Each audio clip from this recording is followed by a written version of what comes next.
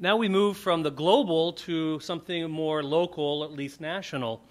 Father Dave Kelly ministers at the Precious Blood Ministry of Reconciliation in Chicago. He and his staff offer a safe and welcoming place for youth and their families who often feel threatened or alone in a neighborhood in Chicago named the Back of the Yards neighborhood. Father Dave grew up in this area, in Wapakoneta and Greenville, and was ordained a missionary of the Precious Blood in 1982. He earned his doctoral degree in practical theology in 2007 with a thesis entitled Responding to Violence Among Urban Youth, a Restorative Approach. He offers hope and healing to youth in jail, on the streets, and in other difficult situations. And so, let us now welcome Father Dave.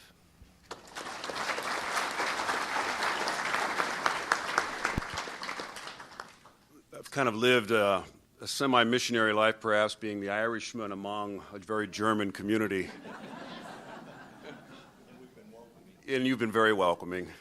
And I come from Wapakoneta, so I was taught by the Sisters of the Precious Blood, and Father Herbie Eilerman was the pastor at Wapakoneta at that time. And then my father, who worked in a factory all his life for 40 years, was transferred from the Lima plant to the Union City plant, so we had to leave Wapakoneta and go to Greenville, Ohio.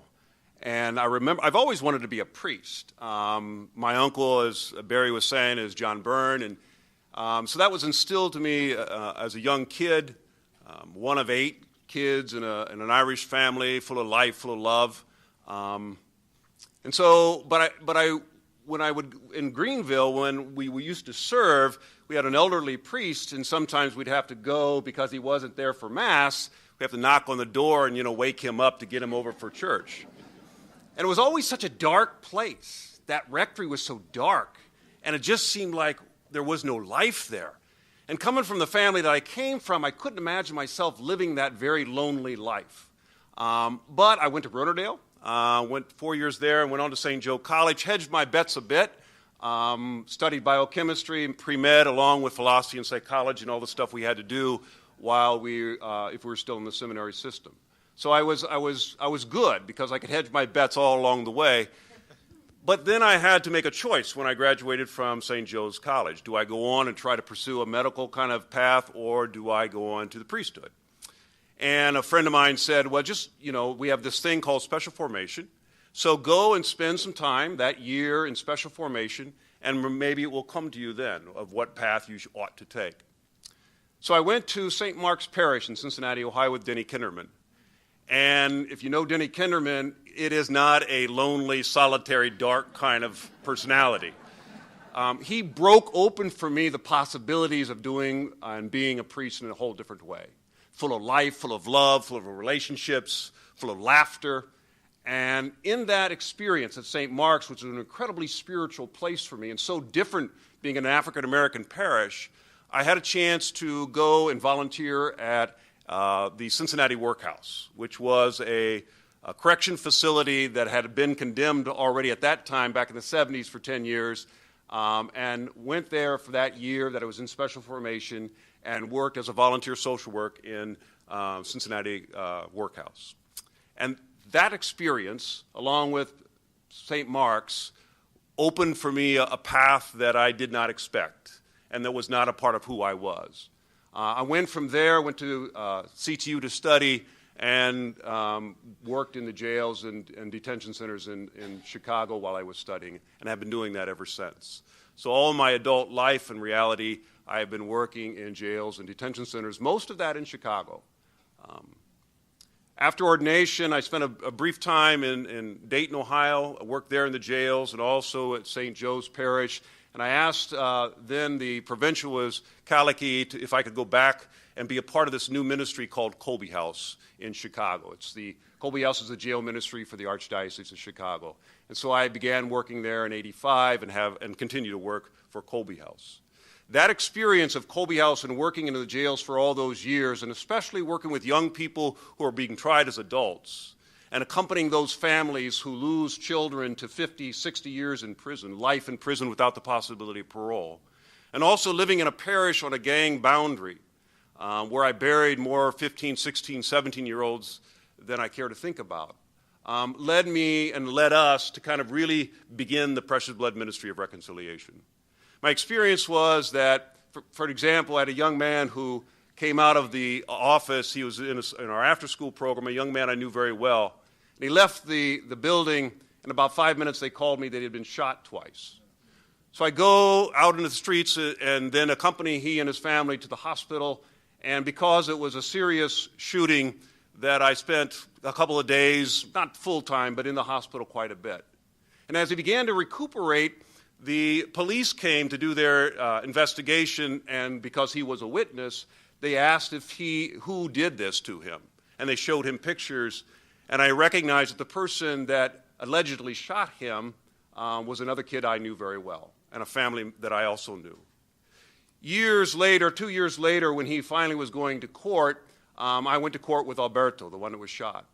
And I went into the back of the courtroom because he was a witness, and so he couldn't be a part of the court proceedings. And I went in the back, and I sat with he and his family, and this very young state's attorney came in, and he was prepping Alberto for his testimony. And he was trying to get Alberto to enhance the whole story, to make it even more than the horrific thing that it already was. And I couldn't help but to think this is a very evil place here, that it was all about the law and all about doing as much harm to this kid that we could do. It had nothing to do with the health and healing of Alberto. And I remember saying to Alberto, just tell the truth. Just tell the truth. And that young state's attorney was very angry at me. And if anybody knows me very well, that if I get really mad, I get very quiet and I turn very red. And those two things happen along with a few choice words, respectful enough. From that experience, I recognize that as a church, we need to be doing something different. We can't, every time I go to court, I have to choose odds. I have to choose sides, rather. I have to say I'm on the side of the victim or on the side of the offender. And I think as a church, as a community person, as a faith-based person, I don't see that as a possibility. My role is to accompany all families within our community, within our parish. And because we had some great opportunities with the missionaries to begin a new ministry, Bill and I and Joe Nazel and Denny Kinderman began the Precious Blood Ministry of Reconciliation. And in reality, it is creating a safe place in an environment where safety is not something readily available. And in that safe place, listening to stories and honoring those stories. And trying to stand in that breach, as Joe Nazel says, and allow people to come together and experience one another and build relationships with one another. You know, Archbishop C.P.P.S came to the Juvenile Detention Center last year to celebrate the confirmation of 5 young men who were being tried as adults. And he came in, he was very welcoming, very pastoral, came in and greeted everyone. And as he went into the chapel area where the 5 young men were gathered there, he went up to them and talked to them, engaged them. And in his homily, he said to these young men, he says, you know what? It's said that wherever the archbishop is, there is the Catholic Church. So wherever the archbishop is, there is the church, the Archdiocese of Chicago. And he said to those kids, today, the whole Catholic Archdiocese of Chicago is here with you. And we call you our brothers. And you could see these kids just glued to him. But even more powerful were the mothers and the family of these young men. They've been called thieves and thugs most of their lives. They've been called menace to society by the courts. And here was this archbishop, the whole Catholic Church, saying to them, you are brothers. And he went on to say to them, don't let anybody label you as different.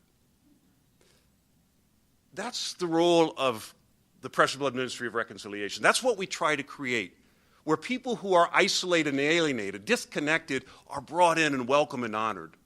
There's two underlying values of the Precious Blood Ministry of Reconciliation. That is accompaniment, walking with them, not always knowing the way, but being committed to that person and say, together we can do this. The other is hospitality. And I like to say it's extreme hospitality, because some of the young people and people that come to our front door don't always want to be received all that well. They come with a little chip on their shoulder, a little, attitude. And so you help them to kind of set that aside and recognize how good and blessed they truly are. And so as someone said, it really is about how blessed I have been to be in this ministry. Tyrese and Tommy are somewhere sitting out under a tree. They come from Chicago. They're not here. But we were driving here from Greenville. I stayed with my brother last night. And Tyrese said to me, he says, Sister Donna going to be there? I said, yeah, Sister Donna's going to be there. Sister Donna Leatt is the Sisters of Precious Blood. He says, I think I need to see Sister Donna. I'm a little homesick, and I think that will, if I see her, I'll be okay. That kind of relationship, that kind of seeing in somebody family, kinship, is what we're about at the Precious Blood Ministry of Reconciliation. Thank you.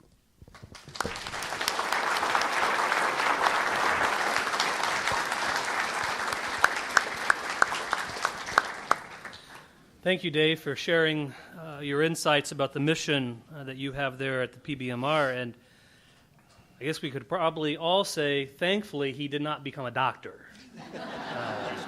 Or a lot of young people's lives would have been very different in Chicago.